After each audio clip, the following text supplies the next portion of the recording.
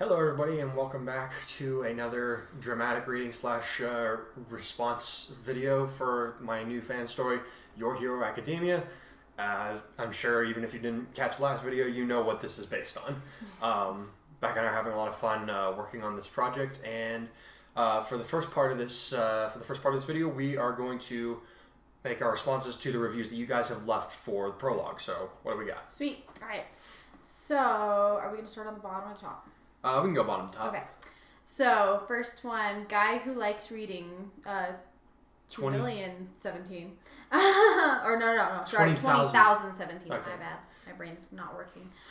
Awesome beginning. Can't wait for the next chapter. Cool. Well, thanks very much for guy who likes reading. I hope that you will continue to like reading until the year 2017. And thank you for being the first reviewer on this story. I look forward to hearing what you have to say on the future chapters. Yeah. Majin Lightus. One of our regulars. I think I'm going to enjoy this story. I'm a big fan of your stories and of the My Hero, so this should be good. Light Blade Hero signing out. Oh, okay. So we're going with hero names now too. That's cool. Well, I'm glad to see you here, man. I've always enjoyed your input on my previous work, so I can't wait to see what you make of this. Great username. I am Dead Apple. That made me laugh.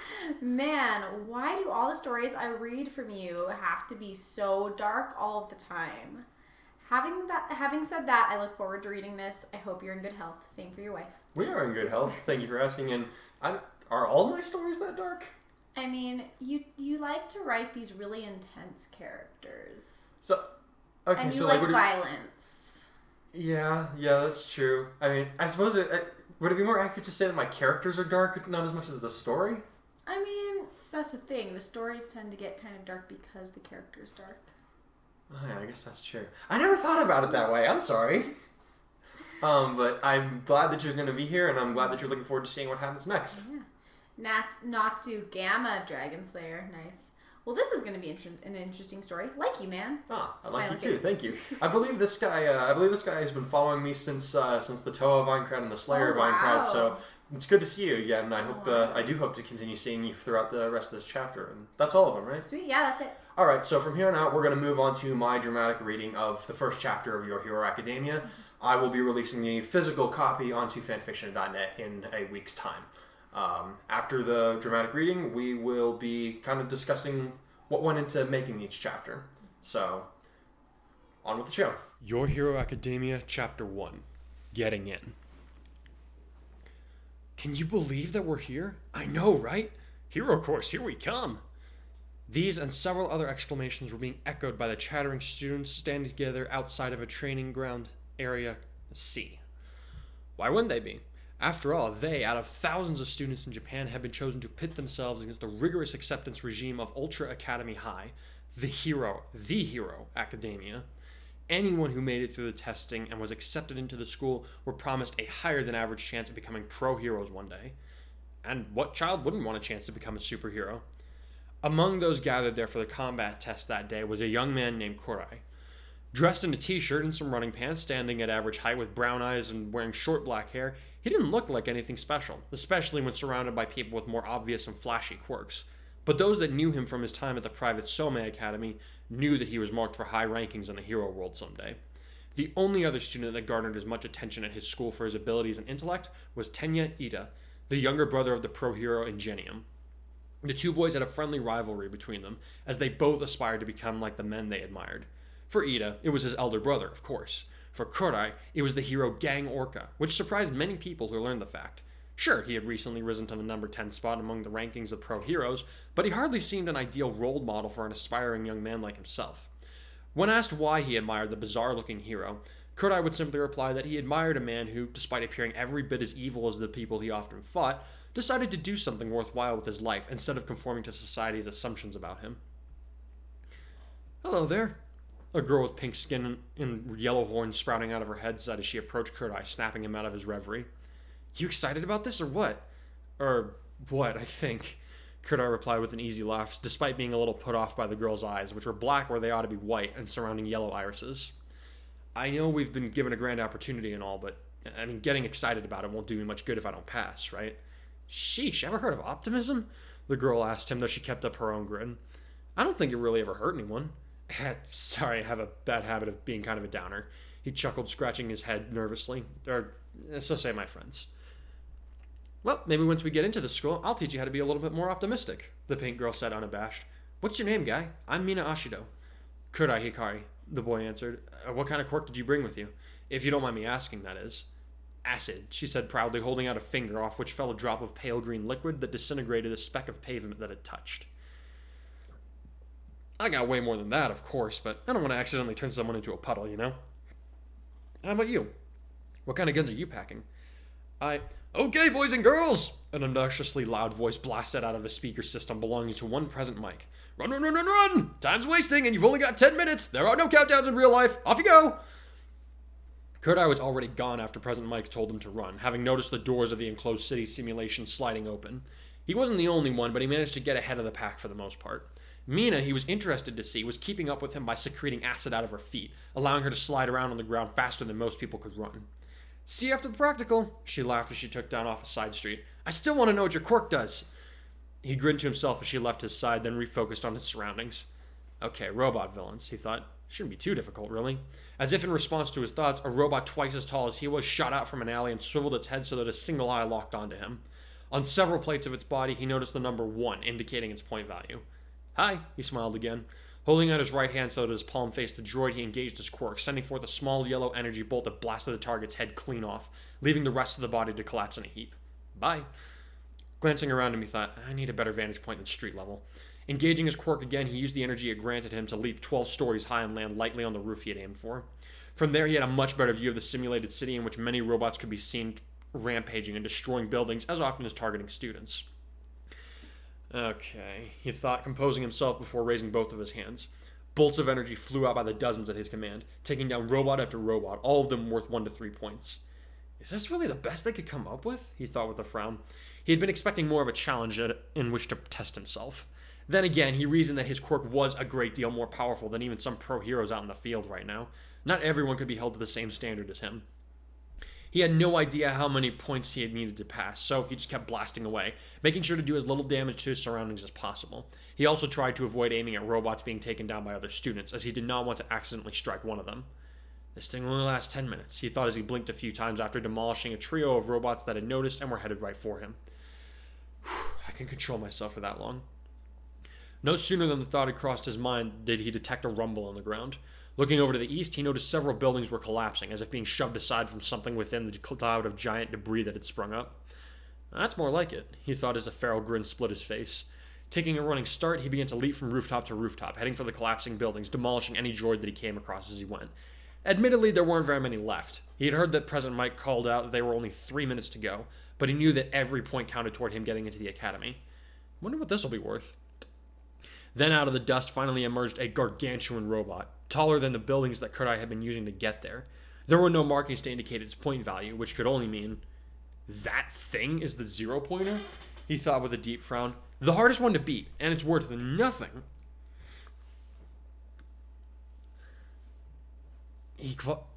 That didn't sit right with him. Maybe this is a test of logic, he thought quickly as the behemoth moved to break another building into billions of pieces.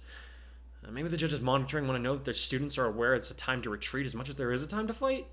That seemed like the most likely explanation, and it wasn't as though Kurai needed to prove anything. He'd lost count of how many points he scored after 40-something. The logical thing for him to do would be to leave. So why does it feel like something else is still going on, he wondered. Let's take this thing down! Kurai was surprised to see a group of 5 students standing in the streets in front of the building he had landed on. Leading them was a tall boy who had looked what might have been fists made of stone. Will be all the teachers can talk about if we turn it into a scrap. Hey, wise guy, Kurai called down, folding his arms. Once they looked up to see him standing over it, he shouted, That thing's worth 0 points. You don't get anything for beating it, so why would you bother? Huh? Even if you could. What do you mean, if we could? The teenager shouted up at him. The 5 of us have taken down way harder stuff than that slow-moving scrap pile. Despite his assertions, Kurai could see that his comrades were eyeing the approaching mech with nervousness. When? He demanded, incredulous. When have you ever fought something more dangerous than a skyscraper-sized robot constructed by people who are testing potential heroes? Stop trying to have a dick-measuring competition and leave that thing alone. Try and stop us, the other boy shouted back before turning to face the oncoming enemy. 1 minute remaining, President Mike boomed. I can't believe that I'm doing this, Kurai muttered as he watched 3 of the students stumble and fall as soon as the ground in front of them cracked and shifted. Their leader and one of his comrades kept going, heedless of their friend's plight. Bracing himself, he leaped off the roof, using the energy that he controlled to reinforce his arms and legs, hitting the pavement and rolling to help divert some of the momentum that would have otherwise injured him. Even so, he sprained one of his ankles and scraped the skin on his bared arms. Limping into a standing position, he moved to help one of the boys that had fallen get on his feet. Come on, he grunted as he got him up. Get out of here, take your friends, keep the points you've got, be thankful you didn't get squashed by a falling boulder. So saying, he raised his hand upward and blasted a human-sized piece of concrete to powder before it could fall on one of them. Thanks, the boy said as he went and moved away from the approaching robot with his 2 friends. Morons. Kurai scowled as he noticed that the other 2 were using stones and some sort of warping quirk to try and snipe the robot's head from down below. Hey! He shouted at them, but to no avail. Either they were ignoring him or they couldn't hear him over the sound of the mech destroying everything that it touched. He weighed his options swiftly. He could feel his pulse already moving at a quicker pace than normal, and his hands were shaking as he tried to control his breathing. Any further use of his quirk. I don't owe these guys anything, he thought, but his feet refused to move. What is wrong with me? I should be leaving! As he stood there, warring within himself, the robot reached down with one house-sized arm to crush the 2 students, who began to backpedal, finally seeming to realize their mistake. Kurai bared his teeth and gave into his primal desire, raising both of his hands to face the robot and letting the energy he had been suppressing run wild, exiting his palms and uniting it to form one shining beam that sheared through the massive arm like it wasn't there, then hit the chest and exploded in a brilliant flash of heat and light. The result could be seen and heard throughout the entire simulation, nearly drowning out President Mike's announcement that time was up. When the debris settled, Kurai stood where he had launched his energy blast, shaking and panting. His vision was tinted red, and he was almost growling out his breaths as he stood before the smoldering ruins of the droid. Hey, jerk off! The boy with the stone quirk shouted as he emerged from the dust. Thanks for stealing our chance to stand out! He crashed his stone gauntlets together with an unmistakable intent. Don't, Kurai heaved as he turned away from the other boy. Don't come near me. Or what? You're gonna hit me with a laser too? The student snorted. Nah, man. No one could do that kind of thing without hitting some kind of limit on their quirk. You're all used up while I got plenty to give. Please? Kurai growled, almost sounding as though he were in pain. Don't. Oh, I think I will. The other boy snapped as he used his quirk to shift the concrete around Kurai's feet to bind him in place. The teachers ain't watching now that the test is over. Ironic, right? The one time you'll be calling for a hero and no one'll hear ya. Hey, come on, Matsuda, the other friend protested. We got enough points to pass. Besides, I think this guy might have just saved us. He made us look like idiots, Matsuda shouted, causing Kurai and the other boy to both flinch. He's got to pay for that. He raised a stone enclosed fist to strike Kurai's back. Before he could begin the downward motion, though, a glob of some green-gray substance hit the gauntlet and began to eat through it, causing Matsuda to swear and fling the rocks away from himself. The hell? He demanded before turning around with wild eyes. A few meters away stood Mina, looking a little scared but determined not to leave. That's enough, guys, she said, a bit of a quaver in her voice. The practical's over now. We don't need to be competing anymore. No one asked you, Pinky, Matsuda snarled, tearing rocks out of the ground with a flick of his thoughts to conjure another gauntlet. Now get the hell out of here before I get ugly with you. That can't be very difficult, Kurai chuckled, feeling his pulse begin to settle a little. With that thin crust pizza you call a face, how do you not be ugly? Matsuda, it has to be admitted, did sport a fairly bad acne problem. Reddening even further, Matsuda stormed over to where Kurai stood, bellowing. Maybe you'll think twice about mocking me once I give your stupid face a redo! A redo? Really? Kurai taunted him as they came face to enraged face. That was your best comeback? Matsuda drew his fist back so that his would-be victim clicked his tongue and said, I really wouldn't do that right now. Why's that? Matsuda sneered. If Pinky interferes again, I'll give her some of the same I'm about to give you. I do hope you're only planning on giving out hugs then, because if this is what it looks like, you will be facing some very serious consequences, young man. A new voice came onto the scene, this one sounding like gravel mashing with concrete in a bass tone. Matsuda whirled around to see Mina standing a little behind into the side of what looked like a living cement block given a rough human shape. Hello there, Mr. Cementos, Kurai said with a strained smile. Big fan of your work. Love that capture you managed back in February. Not often I meet a fan of mine, the blocky hero said with a smile toward the young man.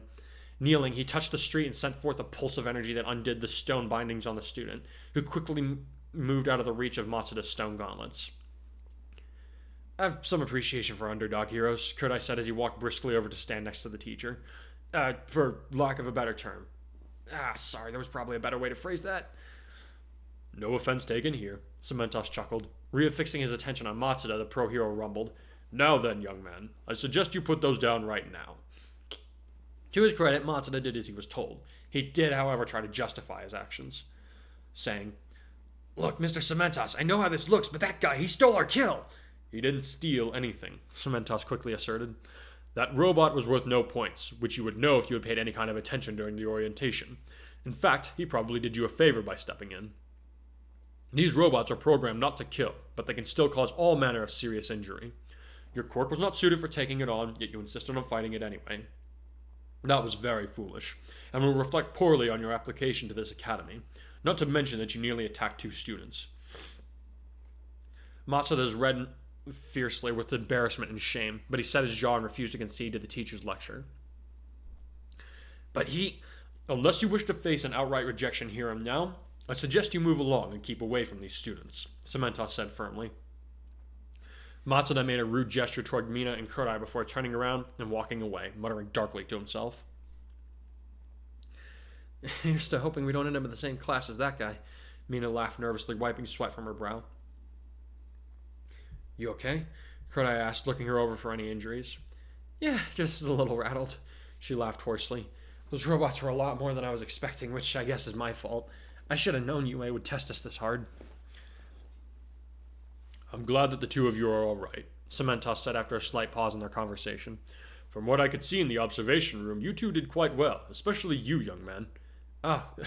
Thanks, the boy said, reddening a little with embarrassment. I just went with my gut for the most part. Then I say you have better instincts than about a dozen pros I could name, the blocky hero chuckled. Go on back to the main gate, both of you. I do hope I get to see you again in one of my classes. Thank you, sir, Kurai said with a respectful bow, which Mina immediately mimicked. As they left the area, Mina turned to Kurai and said, You never did get around to telling me what your quirk was. I guess not. He grinned, scratching his hair as he looked at the ground in front of him. My quirk is called Energon. It allows my body to produce huge amounts of energy that I can either channel into my limbs when I fight to enhance my strength and speed, or an energy blast to pack a real punch. Wow, Mina exclaimed animatedly, causing him to redden a little more with further embarrassment. That quirk has got to be so awesome. I bet you took out a bunch of those robots. Yeah, he said sheepishly as she stared at him with wide, attentive eyes. I honestly lost count of how many I got. Seriously? She squealed, a great deal more excited than he expected her to be. Yes, he nodded. What about you? What kind of score did you get? I think it was around 48, though I might have confused a couple of them while I was running around, she confessed. Still, I feel pretty confident about my chances when it came to the practical exam. The written part, though? Ugh. She made an exaggerated face. Don't like tests on paper, huh? Kurai chuckled. Me neither. But I think I did fine on it. Good enough to get in anyway. Well, aren't you all confident? She giggled, giving him a slight shove on the arm. An old friend of mine keeps telling me I should be. He laughed again. Though I suppose it's easier to be once the test is over, right?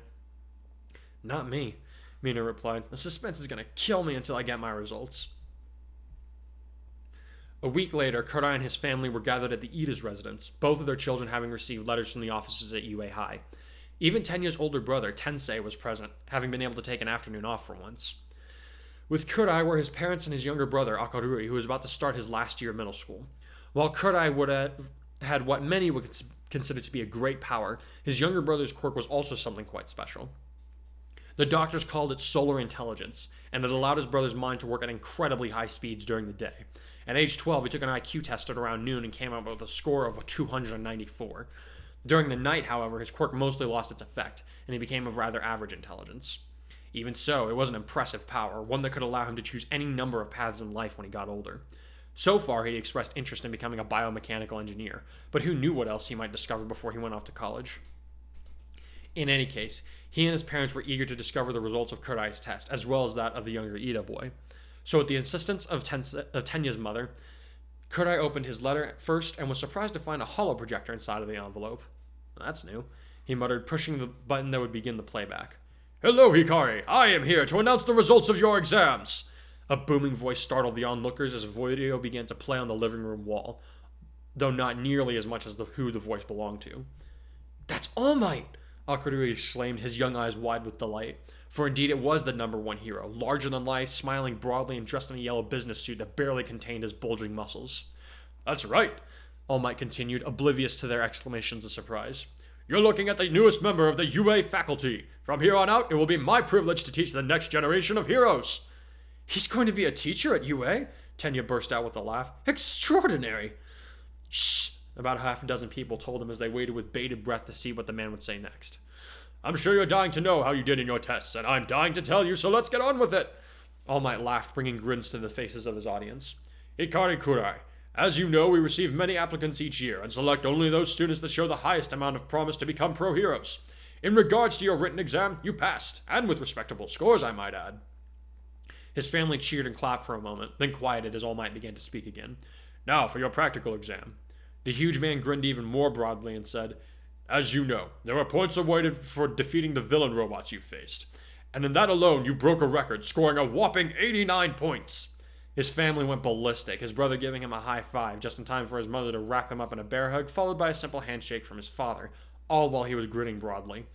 As if he had expected there to be some kind of delay, All Might had paused for a few seconds. Now he spoke once again. Not only that, but there were other factors that we did not reveal to you in the briefing, for reasons you'll understand in a moment. The powerful superhero continued. During the exam, a panel of judges observed students and awarded what we call rescue points for heroic acts. After all, what good would a hero academy be if we did not look out for those who seek to protect and inspire others? Wait, Kurai gaped, his mind flashing back to the 0-point robot that he had defeated in order to rescue the students that had been in over their heads. Because of your actions on the field of battle and saving those other pupils, you earned yourself a further 42 rescue points! All Might exclaimed. Hikari Kurai, having set a new record for our entrance exam, you are now the most qualified out of all applying students to enter the courses of my alma mater. Taking a step forward as if to approach the dumbstruck teen, All Might held out a hand and said in a warm tone, Welcome, Kurai. You are now part of the Hero Academia. The video froze, and all was quiet in the mansion for a few moments. Then Tenya stepped forward and said, Well, I find myself caring little about my own prospects for entering the academy at this moment. Well done, Kurai. Well done, Tensei laughed as he moved to shake hands with his brother's friend. I might have to have you and Ida both work at my agency as interns one of these days. I won't say no to that, Kurai laughed, his head whirling. Turning to Tenya, he added, How cool would that be? You and I working with the legendary Ingenium? His friend laughed in response, merriment lighting up his face. When things had settled down somewhat, they stopped and listened to Ida's results. Although he hadn't scored nearly as high as Kurai on the practical exam, his written test scores were nearly perfect, which also earned him high praise from All Might, who said that it took brains more than brawn to become one of the greats. At the end, when he was confirmed to also be accepted into UA High, both families celebrated loudly once more. In the midst of this, Tensei Ida raised a glass and said, To the future of heroes, may they be safe in the hands of my brother and his friend Hikari Kurai. To the future heroes, everyone else echoed. Alright, so I'm hoping you guys just enjoyed my my dramatic reading of the first proper chapter of Your Hero Academia. I'm trying to get better at doing multiple kinds of voices. You guys will have to be the judge of whether or not I'm succeeding at that. But right now we want to talk about kind of what thoughts went into making this chapter and, you know, the genesis of the story in general. Because I'm having a lot of fun writing it, and she's an excellent sounding board, so she's got to be here for it.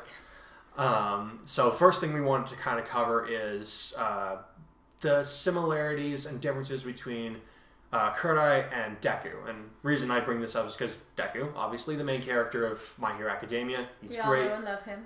He is going to be the #1 hero in the world. It's going to be fantastic. He's cinnamon roll hero. Yes. The world needs those. And then there's going to be Kurai, who, well, I don't know. What were your first impressions when I started creating Kurai? I think when we were brainstorming and then when you started reading, I was a little surprised because at first he hits me as being very different from your other original characters because he's super, like, he's not messed up already. he's not, like, damaged. I don't know how to say that in a nice way, but, like, most of your original characters just have this intensity about them because of something they've been through, or maybe it's just the way they are. Yeah, I think the way you put it was, out of all my original characters that I've made, he would be the one that would be easiest to have a conversation with. Yeah, I think you wouldn't want to punch him, I think for the most part. I think the closest I've gotten to this, surprisingly, would be in Red Swordsman Shattered Fragment when before Mataros goes into the game, before he becomes the Red Swordsman, when he's Michael, and he's just a schoolboy. Yeah, he's had to deal with some hardship, growing up as a foreigner. Something that I've experienced in my lifetime. It wasn't easy, but it helped me to grow into who I am today, and I don't regret it. But like you could kind of see like how he was fairly normal, but you could see this, but like you could also like see the seeds of something like growing that was not great. Yeah. And so with Kurai, like none of that. I don't think I really incorporated any of that. He doesn't have any of these huge glaring flaws yet, and so as the chapter progresses, he starts getting more intense and showing more of that Jonas. Is that what we're calling it? No. But I think we'll get more into that later. Yeah. But you can see that he does still have, he's not a Gary Stu. He's not perfect. No, like, I mean, I tried to, it was a conscious effort to make him different to most of the other characters I made before. But I think it's inevitable that some of my character aspects will bleed over into this character, like I created him. So of course something in my persona is going to be part of that makeup. Little tiny alter egos all over the place. It's awesome. Yeah. It's a great thing about writing. Yes. But yeah, so we have Midoriya, who grew up without a quirk, and that really I think that really influenced his personality and how he was kind of timid at first. Yeah. And he grows into having that strength eventually. But if he had been, I think it was, you said earlier, like if he had been born with a quirk, we'd just have Mirio 2.0 on our hands. Yeah. Or Lemillion, if you need a refresher. Yeah, he'd have that very super positive personality. And he wants to be like All Might. Yeah, exactly. But because he had those challenges growing up, he's got this very different personality, and he is much more has to be much more calculating. But then with Kurai, we kind of mentioned he is more reserved, like, and you can see that, more in the way that he fights than anything, because like first robot shows up to fight him, he dusts it. He's like, okay, this is gonna be too slow if I'm just charging through the streets. So he uses his powers, jumps up on top of a building, he's got a good vantage point, starts sniping robots, he racks up a ton of points. Yeah. Yeah, he grew up with this quirk, so he's comfortable with it. He's had lots of time to practice. And he's aware it's a very powerful quirk. Like he even says so himself, I probably have a greater power set than most pros do these days. And I know we're going to talk about this a little later, but I almost feel like it fits well here.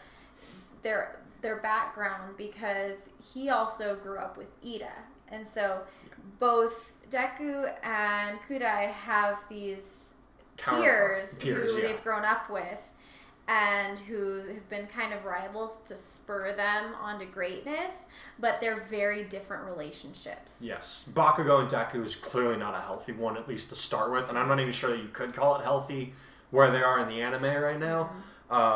Bakugo's a mess. Deku's his own mess too. Yeah. But they somehow make it work. It's a very Goku Vegeta relationship where you've got this anti-hero who's total pain in the butt, and then the super adorable cinnamon roll, but they're both super powerful and they are rivals, but they kind of spur each other on to become stronger. Yeah. But then we have Ida and Kurai. And their relationship is probably closer to something like Gray and Natsu from Fairy Tail, who admittedly, like, they kind of have a rough start. Like, they get in each other's mirrors all the time, but fairly early on, it's easy to see, like, how much they care for each other. Fairy Tail took them in, adopted them. That's their family. Mm-hmm. They know that they're both part of that family. They do anything to keep each other safe. They're brothers. Yeah. And these guys have, even though they're not actual family, they've grown up together, and it's clear that they have this close family bond too, because their families are friends. They open their both the acceptance letters were opened at the Ida residence. Tensei is talking about Ingenium is talking about how he'd love to have them both as interns or sidekicks eventually. And from the way that Ida and Kurai respond, they're like, "Yeah, that sounds great. We get to work with Ingenium." They're excited about it, and we know that he's at least been with Ida throughout middle school at the Some Academy, and they do have an academic rivalry at the very least, but it's also very clear that they're friends. Yeah, it's more of when you hang out with your peers, you become better at your craft. Yeah. And so it'll be interesting to see how throwing this new relationship into the mix with the rest of our characters is going to change everybody's development and how they grow as people, as well as with their powers. Yeah. And on a note of relationships that'll alter class dynamics, I imagine you guys will know by now from the story summary that Mina Ashido and this original character will eventually become a pairing. Who knows how long that'll last, how it'll turn out. Well, you're going to have to read the story to find out. But it will affect the dynamics of the class because, like initially they're all mostly strangers, but like some of them are kind of friendly with each other. But over the course of their trials and stuff, being put in life and death situations often enough, you're gonna form that kinship with each other, even if you don't always see eye to eye. But Mina's already kind of you saw Mina, like she's approached him, she's kind of checking him out. It's pretty clear already. She likes what she sees. And she's a friendly person though. Too. That is true. That is true. But like I don't know, I tried to make it come off a little more flirtatious than her usual interactions. Okay. She helped him. So in Kirishima's backstory, we see that she always had a knack for like standing up to bullies, but at the same time like kind of resolving everything peacefully. And I kind of wanted to make a little bit more of an advanced play on that because she sees that Kurai, like, for whatever reason, he's not fighting back against these guys who are about to pulp him. So she decides to stand up and do something about it. I thought that was pretty in keeping with her character. So already there's that connection that they have, for lack of a better term. I don't know. Yeah. Well, you have this parallel, too, because Izuku and Uraraka, they kind of cross paths very briefly. And they save each other. But then you have these two, which... both of them, I feel like, are a lot more assertive, and they have a much more heated interaction with the other students, and so that kind of, shows that both of them are really they're really kind people, but then when things get there's certain buttons you don't push. Yeah, and so but it's interesting to see them team up for the first time a little bit, even though it's kind of awkward. It's not really a team up. No, because he doesn't save her; she saves him. He saved the students that were trying to fight the 0-pointer, and that didn't go well. Well, I like that too, though, because I feel like you kind of get to highlight Mina a little bit, how she's kind of a badass too. Yeah. And a lot of people like this character as well, and so I think she placed 6th on the entrance exam. Like she was high up there. Like her athletic abilities are not nothing to overlook. Obviously her academics are not great, as we've seen in the series multiple times, but she didn't get into UA for no reason. And I kind of wanted to give her a chance to like show her skills, like as rudimentary as they are compared to how they will be later. But that was a lot of fun. Speaking of abilities, last thing I want to cover is Kurai's quirk. Like, where did that come from? So the name Energon. For those of you that watched Transformers as a kid, or for those of you that didn't, I'll give you a brief update. Is basically Energon is like the blood of the Transformers. Like it's what gives them the energy to be alive, or something like that. I don't know exactly how to put it. And Kurai's... I get called out by so many nerds. I know. Yeah, so many. My point is that the name is pretty much the only thing I took from that. Like, the functionality is not the same whatsoever. Like, Kurai doesn't need Energon to live. Like, it's not... It's not a lifeblood. It's just a part of his quirk that connects with his energy, right? Yeah. Basically, like, the idea of it, if you want to talk mechanics, think more like Dragon Ball Z. He's not going to turn into a Super Saiyan, I'll tell you that. Because Super Saiyans sneeze and buildings explode, basically. And he could blow up a building for sure, but it's not going to happen just because he does it accidentally. It's going to be more like other people's quirks, where it's a part of you as a person that you have to kind of build up and grow, which is similar to the Saiyans, but it's not like out of control, overpowered. No, you gotta keep it interesting. Yeah, and they'll actually it is something that he has to work pretty hard to keep under control, and it'll have its drawbacks too. Yes, definitely. We'll find out about. And like, you kind of got a hint of what those drawbacks might be, but I doubt anybody like understands the full implications of what happens if he overuses his quirk. So I'm actually interested to see if anybody can guess what'll happen if he overuses his quirk. I hope to see that in the comment section below, guys. I think that's everything we wanted to cover tonight. Yeah, I think so. Okay. All right. Well, I hope you guys enjoyed my dramatic reading, our responses to your reviews, and this little behind-the-scenes kind of thing that went into making the chapter. I will be posting the physical version of this on fanfiction.net a week from now, which should be the 18th of April, 2020. And please leave any questions, comments, and concerns you have either in the comment section below or on the review section for fanfiction.net. I will see it. I will make sure to answer it in the next prologue of the dramatic reading. I don't know, what do we call that first section? I don't know. I'm not running on much sleep right now, so I know how to English very good. Yes. That's what's happening here. We just got our son to start sleeping through the night, so we won't be as ridiculously tired anymore. Oh, sleeping is so nice. But again, I just want to say thanks, guys, for supporting me and coming out to watch this video. I hope you enjoyed it, and I will see you next time. Stay plus ultra, everybody. I'm not sorry.